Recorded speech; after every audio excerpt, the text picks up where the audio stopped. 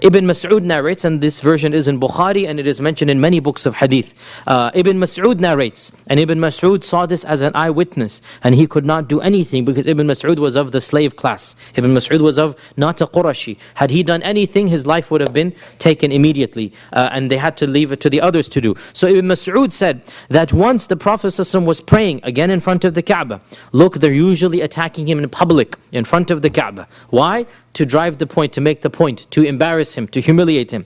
When Abu Jahl and a group of his ilk, of his peers were sitting around each other, and the day before, a camel had just been sacrificed. Camels are not sacrificed on a daily basis. Once every few weeks, somebody's going to sacrifice a camel. So Abu Jahl said, who amongst you will go to the carcass of that camel? There is a dump area outside Mecca. There's an area where you would throw your trash. So who will go to the carcass of that camel and bring the entrail, the intestine, the guts, that which nobody's going to eat, it's been thrown away. Bring that and throw it on the back of the Prophet, of Muhammad, when he is praying to his Lord. Who can do this? It's a challenge. It's a challenge that he's giving now. Who's going to do this? And so the worst of them, Ibn Mas'ud says, the worst of them, Uqba ibn Abi Mu'ayt, the one that we just mentioned.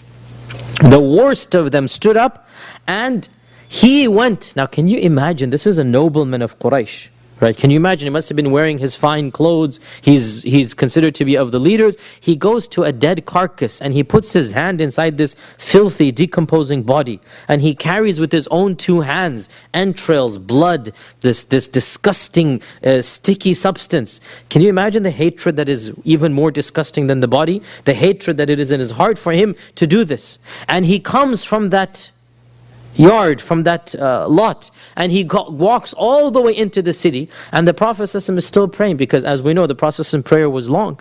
It's not like our prayer, 2 minutes and we're over. Literally, if you calculate, some of his prayers would be 2-3 hours, sometimes minimum will be 10-15 minutes, right? This is the prayer of the Prophet ﷺ. So he waited for him to go into sajda. The Prophet ﷺ is unaware of what's happening behind him.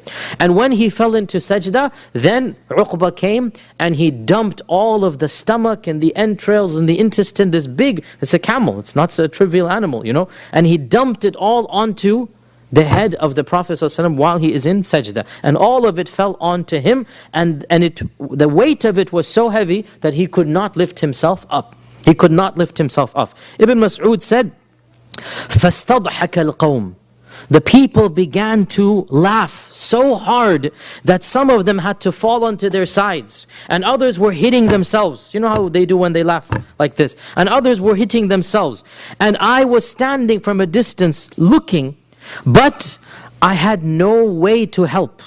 I didn't have mun'a, meaning there was nobody that would have supported me. I am Ibn Mas'ud, these are Abu Jahl and whatnot. Ibn Mas'ud is like Bilal and others, they would have instantaneously been killed because they don't have any honor. This is not their society, they are slaves in this society. And I was of those who were seeing him, but I could not do anything. And the Prophet ﷺ remained sajid, remained in sajda, until some persons went to tell Fatima, who at this time was probably around 8-9 years old, went to tell Fatima that your father needs your help. Somebody with some mercy, we don't know his name, whoever he went to Fatima, the daughter of the Prophet ﷺ. And so Fatima was a Juwaydiyah, was a little girl, Ibn Mas'ud is saying. She was a little girl at the time, and she began crying and running towards the Prophet ﷺ and helped him get this dead animal off of his back. And the Prophet ﷺ then stood up, he managed to stand up, and he turned and he faced them. And he raised his finger up to Allah subhanahu wa ta'ala, and when they saw him in this fashion, they became quiet. And he began making dua against them by name. Allahumma alayka bi Abi Jahl, Allahumma alayka bi Uqba ibn Abi Mu'ayt, Allahumma alayka bi... And he mentioned every single one of them. And he mentioned each of them 3 times, until all of them had a deadly pale in their faces. The blood drained from their face. And the people that are mentioned here, Abu Jahl ibn Hisham, Utbah ibn Rabi'a, and Shayba ibn Rabi'a, Walid ibn Uqba, Umayyah ibn Khalaf, Uqba ibn Abi Mu'ayt. Ibn Mas'ud said, and there was a seventh, and I forgot his name. 7 people were in this nadi, in this gathering. And then Ibn Mas'ud said, so I swear by the one who sent Muhammad with the truth, that I myself saw every one of these 7 dead in the battle of Badr. The first engagement, Allah took care of all of them. The first engagement that took place, every one of these 7, as I said, the enemies that didn't have any nobility, there's no point. Allah did not save them. They don't have any good in them.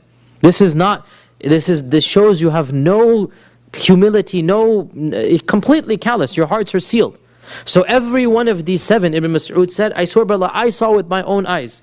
Every one of these 7, I saw them dead in the battle of Badr, and I saw their bodies dragged into the well and thrown into the well of Badr.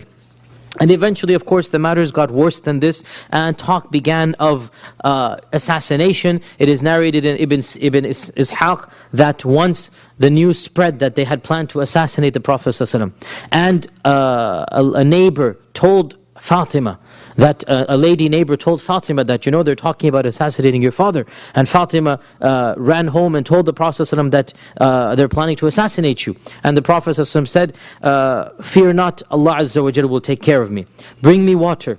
And so she brought him water. He did wudu, he made dua to Allah subhanahu wa ta'ala, and he walked into the masjid. And this is towards the end of the Meccan era, so I'm making incidents together. This is not in the beginning, towards the end of the Meccan era, because the assassination talk only began in the 8th, 9th, 10th year of the da'wah, right?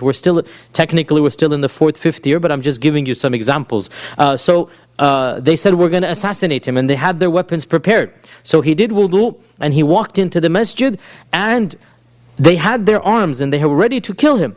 But not one of them could move. They all became paralyzed. They could not stand up. And the Prophet ﷺ took some sand and threw it at their faces while they're sitting and looking at him, and they were completely paralyzed. And he said, "Shahatil wujuh." May these faces be cursed. And in this riwayah as well, the Sahabi says, every one of these were of those who were killed in the battle of Badr.